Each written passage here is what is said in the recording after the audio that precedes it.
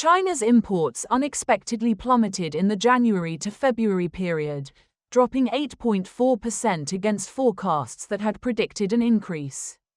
Meanwhile, exports grew at less than half the anticipated rate, painting a concerning picture for the Chinese economy amid escalating trade tensions.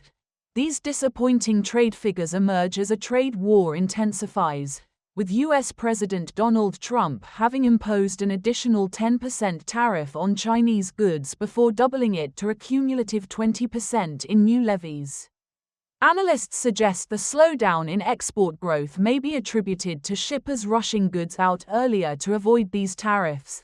The significant drop in imports potentially signals Beijing's deliberate scaling back of key commodity purchases. Notable decreases were observed in grains, iron ore, and crude oil imports. One economist commented that China likely over-imported such goods last year and is now adjusting accordingly. Looking forward, market watchers are concerned about how much impact U.S. tariffs will ultimately have and whether additional trade barriers are forthcoming. Chinese Foreign Minister Wang Yi stated that Beijing would respond firmly to any new measures, criticizing unwarranted tariffs as behavior unbecoming of a major power.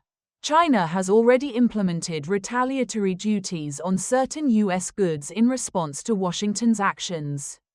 Domestically, the Chinese government has pledged initiatives to boost consumption, which the country's premier recently described as both weak and insufficient.